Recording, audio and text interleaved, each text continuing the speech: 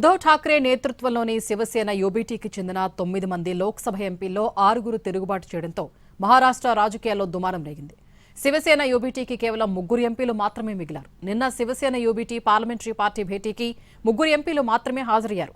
6 ఎంపీలు డుమ్మా కొట్టారు. ఆ 6 ఎంపీలు డిప్యూటీ సీఎం ఏక్నాథ్ సిందే నేతృత్వంలోని శివసేనలో చేరటం ఖాయంగా కనిపిస్తోంది. లోక్సభ స్పీకర్ ఓం బిర్లాను కలిసిన తిరుగుబాటు ఎంపీల బృందం తాము ప్రత్యేక గ్రూపుగా విడిపోతున్నట్లు అధికారిక లేఖ సమర్పించింది. శివసేన పార్టీని కాంగ్రెస్లో విలీనం చేయడానికి ఉద్ధవ్ ఠాక్రే రహస్య విలీన ప్రణాళిక సిద్ధం చేశారని, అందుకే తాము పార్టీని వీడుతున్నామంటూ రెబెల్ ఎంపీలు స్పీకర్కు ఫిర్యాదు చేయడం రాజకీయ వర్గాల్లో ప్రకంపనలు సృష్టిస్తోంది.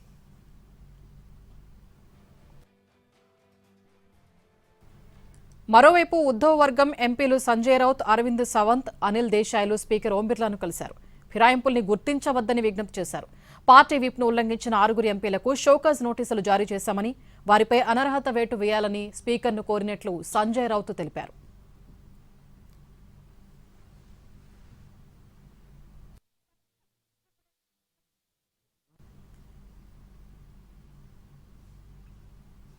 మరోసారి ఉద్ధవ్ శిబిరంలో చీలిక తీసుకురావడంతో షిండే తన రాజకీయ సామర్థ్యాన్ని నిరూపించుకున్నారు.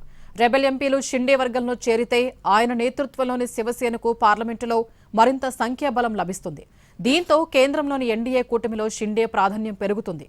కేంద్ర కేబినెట్ విస్తరణ జరిగితే షిండే వర్గం మరిన్ని పదవులు కోరే అవకాశం ఉంటుంది.